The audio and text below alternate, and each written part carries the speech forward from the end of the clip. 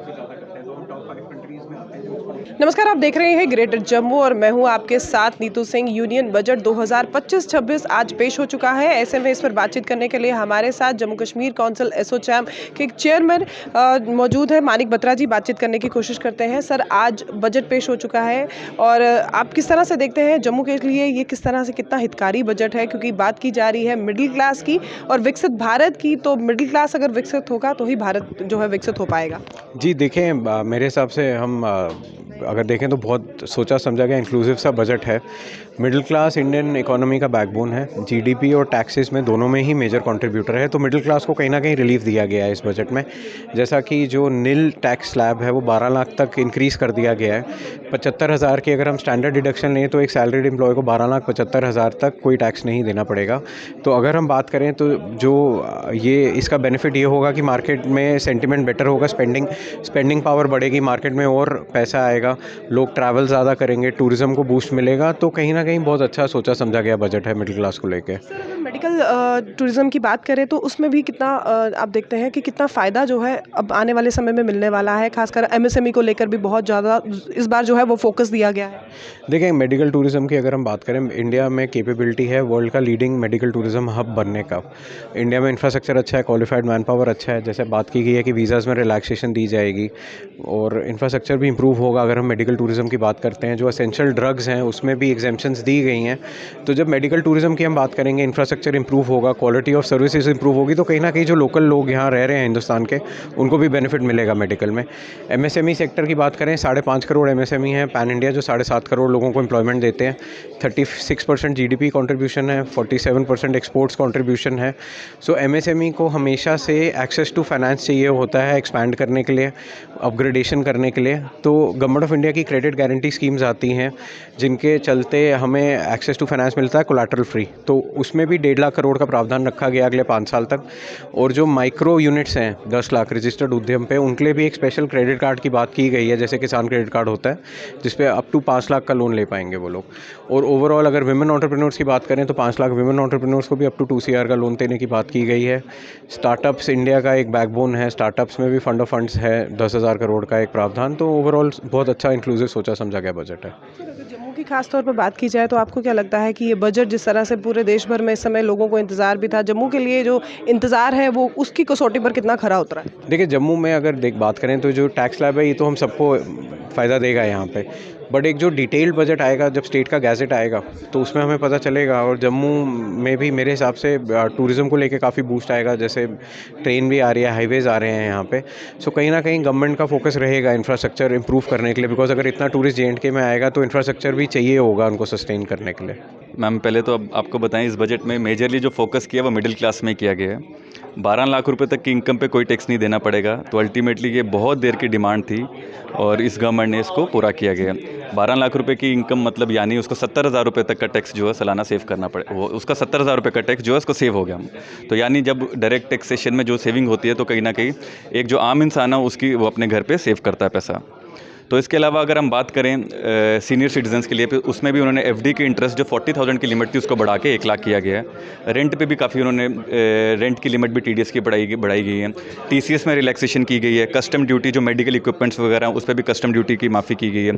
जो मेजरली हमारा सेक्टर है हमारे देश का MSME जो एक बैकबोन है, उसमें भी उन्होंने MSME में और इंडस्ट्रीज भी आए हैं तो MSME की डेफिनेशन जो है उसको भी बढ़ाया गया है। कहीं ना कहीं स्ट्रीट वेंडर्स की बात की जाए तो स्ट्रीट वेंडर्स के लोन्स की भी जो है लिमिट बढ़ाई है। तो ओवरऑल ये बेहतरीन और बहुत बहुत सोचा समझा बजट है। देखिए, अगर ब्रॉडली अगर बात की जाए तो प्रधानमंत्री द्वारा निर्धारित जो विकसित भारत का जो लक्ष्य है 2047 का, जो हमारा 100 साल आज़ादी के पर्व को हो रहे हैं, तो उसी के अंतर्गत सरकार ने एग्रीकल्चर, एक्सपोर्ट्स और MSMEs के ऊपर ज़्यादा ध्यान दिया है। स्पेसिफिकली अगर मैं बात करूं, जैसे किसान क्रेडिट स्कीम को उन्होंने बढ़ाया गया है। उसके अलावा जो अगर आप बात करें PM स्वनिधि स्कीम है जो स्ट्रीट वेंडर्स को जैसे जो लोन प्रोवाइड करते हैं। अगर हम स्पेसिफिक्स की बात करें तो ओवरऑल जो है गवर्नमेंट का जो फोकस है वो ग्रोथ के ऊपर है, एमएसएमईज़ के ऊपर है और एक्सपोर्ट्स के ऊपर है। बट एक चीज़ बड़ी ये देखने वाली है कि गवर्नमेंट ने लिक्विडिटी बढ़ाने का काम किया गया है। जैसे 12 लाख तक आपको कोई टैक्स नहीं देना, तो मैं समझता हूँ कि मिडिल क्लास जो है उसकी सेविंग्स बढ़ेंगी, उसकी कंजम्पशन बढ़ेंगी, वो ज़्यादा पैसा खर्चेगा। जब उसके पास ज़्यादा पैसा बचेगा, उससे गवर्नमेंट चाहती है कि लिक्विडिटी आए और इकोनॉमी को बूस्ट मिले ओवरऑल। उसके अलावा अगर जैसे आप देखें सीनियर सिटीजन्स का 40,000 का जो एक टैक्स स्लैब था जिस पे टीडीएस कटता था, जो एफडी कराते थे, उसको लाख रुपया बढ़ा के कर दिया गया है। तो ओवरऑल गवर्नमेंट ने मिडिल क्लास के ऊपर फोकस किया है। हाँ, अगर मैं इंडस्ट्री की बात करूं, अगर हम मैन्युफैक्चरिंग इंडस्ट्री की बात करें, ज़रूर एमएसएमईज़ के लिए जो उन्होंने 1.5 से 2% टाइम्स जो बढ़ाया गया है, जिससे और एमएसएमईज़ इस स्कीम का बेनिफिट उठाएं, तो वो एक सराहनीय कदम है। बट अगर सेक्टर स्पेसिफिक बात करूं, होटल इंडस्ट्री के बारे में अभी कुछ नहीं बोला गया है, बट मैं समझता हूँ आने वाले कल में जब उनका कॉरिगेंडम आएगा तो उसके ऊपर बात की जाएगी। अनुषा मैम, ये अगर इस बार बजट की बात की जाए, जिस तरह से उम्मीदें थी, एक टैक्स स्लैब की बात की जाए, क्योंकि मिडिल क्लास को हम कंसीडर करते हैं बैकबोन ऑफ नेशन। अगर वो मजबूत है तो नेशन भी मजबूत है। अब उसकी सेविंग्स की बात की जाए तो हर बार अगर हम पिछले 10 सालों का रुझान देखें तो 2.5 लाख से लेकर 4.5, 5 लाख, 7.5 लाख तक प्रोविज़न किया गया था। इस बार हमें उम्मीद थी कि 9 से 10 लाख तक का प्रोविज़न दिया जाएगा जो इनकम टैक्स से फ्री रहेगा। But with the announcement of 12 lakh income tax free, तो मतलब ये उम्मीदों से परे एक चीज़ लगी मेरे को, जो एक आम आदमी के लिए मेरे को लगता है कि बड़ा ही वेलकम स्टेप रहेगा।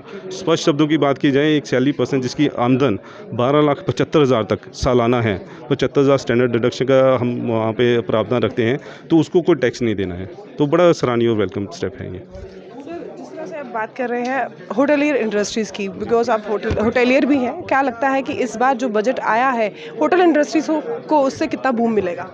देखिए मैम, इस बजट के अंदर काफ़ी सारे प्रावधान दिए गए हैं, जैसे किसानों के लिए है, वुमेन एंटरप्रेन्योर्स के लिए है, फंड ऑफ फंड स्टार्टअप्स के लिए है, एक आम आदमी के लिए जिसमें एक एक्स्ट्रा सेविंग करते हैं। जब भी एक एक्स्ट्रा सेविंग आती है, कईयों के इमोशन सेंटीमेंट्स काफ़ी सारे बूस्ट करते हैं। आप एक्स्ट्रा एक्सपेंडिचर के लिए निकलते हैं, आप एक्स्ट्रा सेविंग्स के लिए निकलते हैं। अगर हम बात करें अभी जो इस टाइम इस तरह का रुझान चल रहा है, लोगों का पिछले कुछ सालों के अंदर लोगों का घूमने फिरने का काफ़ी रुझान रहा है। अगर इनबाउंड टूरिज्म और पिलग्रिमेज टूरिज्म की बात करें, कटरा माता वैष्णो देवी के लिए काफ़ी लोगों का मान्यता है कि वहाँ पे घूमने आना है। और एक्स्ट्रा सेविंग है, लोग कभी भी प्रावधान कर सकते हैं या कभी भी अपना प्लान कर सकते हैं आने के लिए। अगर इस साल की बात की जाए, कुंभ के लिए हम 40 करोड़ लोगों का सोच के चल रहे हैं कि वहाँ पे आएंगे। अगर मैं 40 करोड़ लोगों की बात करूँ और एक आदमी सिर्फ 1,000 रुपया भी वहाँ पे खर्च के आता, तो इसका मतलब कि 4,000 करोड़ रुपया वहाँ पे खर्च के आता है। तो उस पर्टिकुलर एरिया के लिए वो काफ़ी बूस्ट करते हैं, क्योंकि सिर्फ एक आदमी घूमने के लिए नहीं आ रहा, वो नए 10 रोजगारों को नई अपॉर्चुनिटी और नया बिजनेस लेके आ रहे हैं। Union budget 2025-26 finance minister Nirmala Sitharaman के द्वारा जो है वो आज पेश कर दिया गया है, जिसमें जहां पर मिडिल क्लास की अगर बात की जाए तो मिडिल क्लास के लिए काफ़ी राहत जो है इस बार दी गई है। खासकर अगर टैक्स स्लैब की बात की जाए तो 12 लाख के बाद जो है टैक्स स्लैब जो है उन्हें मिली है। तो ऐसे में जो मिडिल क्लास तबका है उस पर इस बार जो है खासा फोकस किया गया है। खासकर अगर महिला सशक्तिकरण की बात की जाए तो इस बार महिला सशक्तिकरण पर भी जो है पूर्ण तरीके से फोकस जो है इस बजट में किया गया है। आपको क्या लगता है आने वाले समय में जम्मू में जब ये बजट आएगा सामने तो क्या कुछ जम्मू के लिए कितना ये हितकारी होगा, उस पर भी आप हमारे जो है कमेंट सेक्शन में अपनी राय रख सकते हैं। तब तक के लिए मुझे दीजिए इजाजत। कैमरामैन अजय जाडू के साथ मैं नीतू सिंह, ग्रेटर जम्मू के लिए धन्यवाद।